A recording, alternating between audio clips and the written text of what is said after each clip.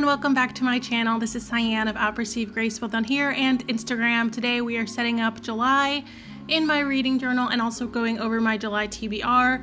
I have to move into a new reading journal for the second half of 2024. I'm showing you the pages I have left in the reading journal I'm moving from, and there is enough to finish my June book review spreads, but not enough to include another month at the end there. So we have to move into a new journal.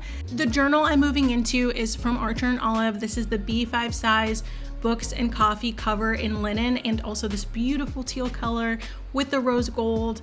I bought this last year when it was released for their fall 2023 releases, and it's just such a beautiful color and cover. And when I think about my bullet journal for the second half of 2024, I do try to think about the fact that the majority of the months in this reading journal are going to be fall themed, fall weather. So I'm thinking about that. I know it's July, I know we still have August, but I'm thinking about the fact, what is the second half of the year mostly made up of? So this would be the perfect time to go into this journal if I wanted to use it. Certainly wouldn't start using it in the first half of the year. Star rating stickers I'm using are from Saucy Stickers Co. The main theme stickers I'm using are from Archer & Olive. They released earlier in the year and I don't think they're available currently. And then the lettering or script stickers I'm using, I just typed them out on Canva Pro and save them as a PNG and turn them into stickers. You know the drill. I'll put the name of the font on the screen. This scrapbooking paper I actually don't end up using at all, so now it's just there to look pretty. I changed my vision up a little bit and the scrapbook paper did not make the cut. Moving on to my Tombow selections, I just picked obviously what matches the theme colors, and you can see some of them are so well loved that the Tombow number has rubbed off and is no longer there, but I wanted to show you anyway. Moving on to the washi tape I'll be using. It obviously matches the stickers, also from Archer & Olive. Everything will be linked down below if I didn't say that already, and you can of course use my code Cyan10 with Archer & Olive as always. The washi tape is something I've been waiting to use for a while, and I love that it matched stickers perfectly. I'll be back later with the voiceover to go over my July TBR. If you saw my summer TBR video, some of the books will be familiar, so I'll just be brief on a lot of them. But thanks for watching, stay tuned, and let's get started.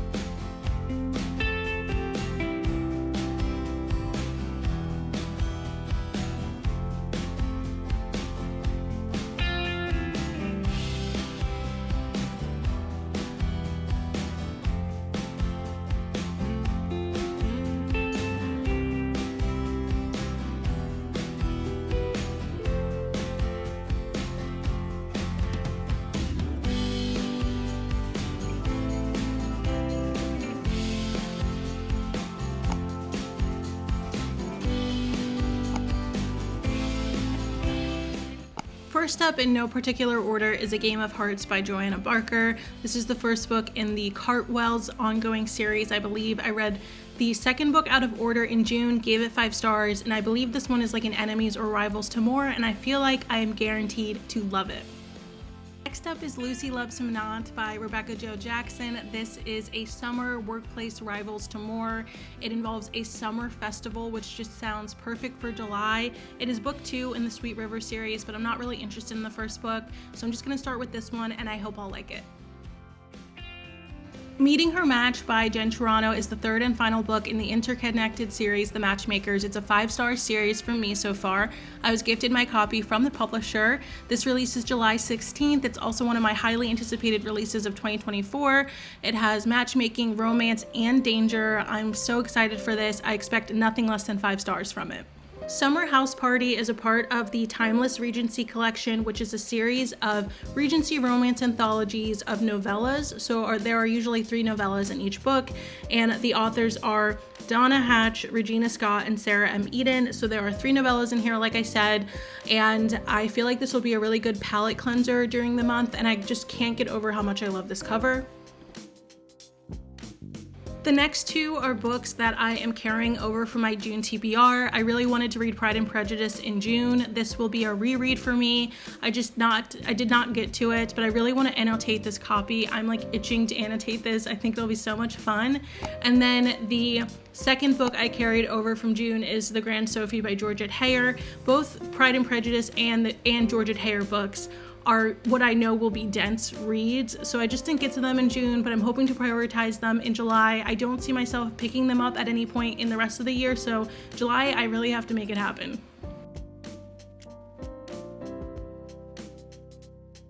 This one is a novel proposal by Denise Hunter. I've heard really good things about this and actually wanted to read it last year, but just did not get to it. It's about a Western novelist named Sadie who wants to write a romance instead so she can boost her sales, but the issue is she's never been in love. So this just sounds really interesting. It sounds like a great summer read, and I definitely want to get to it this month.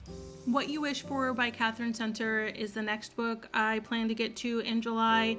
This is a part of Catherine Center's backlist, and it's about a woman named Sam who's a librarian and a man named Duncan who is a principal for the same school that Sam is a librarian at. The premise really interests me, and I think it'll be a little bit more serious, and I'm excited to get to it.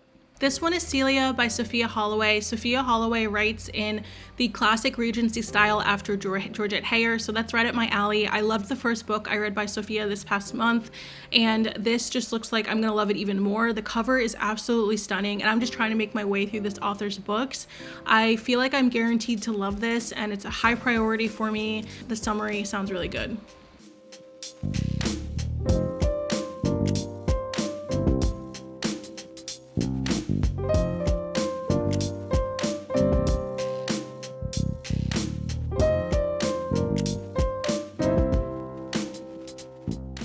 The last 3 books on my July TBR are books I do not have physical copies of yet. The Summer of Yes by Courtney Walsh is an early July release. I love Courtney Walsh. I've read 2 other books by her and gave each of them 5 stars. I talked about all 3 of these books in my Summer TBR video, so I'll be brief here. But The Summer of Yes, to my knowledge, is a women's fiction with romance, and it follows 2 women who decide to start saying yes to life in areas where they might have usually said no. But Courtney Walsh is a great author. I have very high expectations for this. Moving on to A Summer of Dandelions by Whitney Amazine. This released in April or May, I believe, so it's a very recent release, and it's the first in a new series, a Meadow Hills novel series. And I don't know much about it. The cover is stunning, and I impulsively added it to my Summer TBR, and I'm kind of just really curious about it and this author, and it's available on KU, so I'll probably just read it on KU first, and then buy it if I decide I really, really like it. I also think it's the marriage of convenience trope, which is not my favorite really at all, but if it's done right, I can admit if it's done right, and so that's why I just want to read it on KU first, and like I said, see if I really enjoy it. Like, the cover is just so beautiful, so it took a lot in me not to just go ahead and buy it, but I know it'll be smarter just to check it out on KU first. Last but certainly not least is another July release, Trouble is Brewing by Vicki Delaney. This is the 5th and final book in the Tea by the Sea mystery series, which takes place in Cape Cod, and it is about a woman named Lily and her grandmother. Her grandmother her grandmother owns a Victorian-style bed and breakfast, and next door, Lily owns a tea room, and together it just creates the best atmosphere. I truly feel like I'm in Cape Cod when I read these books. I read all 4 of the first books in one summer last year, and I rated them all 4 stars or more. I definitely recommend this as a great cozy summer mystery series, especially if you love more historical vibes like the Victorian era and the tea room and the things like that. It follows a really fun group of friends that we've gotten along the way, and there are a lot of loose ends from the other books that I know will wrap up in this book, and I cannot wait for them, and that includes a workplace romance subplot that has been very cute throughout the entire series. Don't let the cutesy covers of the series like fool you or make you feel like it's not gonna be an awesome series or something like that, because to be honest, the covers are kind of corny. But truly, if you've ever been to Cape Cod or you've never been to Cape Cod, this series will transport you there. It has such a small town Cape Cod vibe to it, and like I said, with the historical vibes of like just the pastries and the tea room and the Victorian bed and breakfast, it's just so fun. The mystery isn't even my favorite part of the series. It's really the atmosphere and the food and the characters. But enough about that, and let's get back to the spread.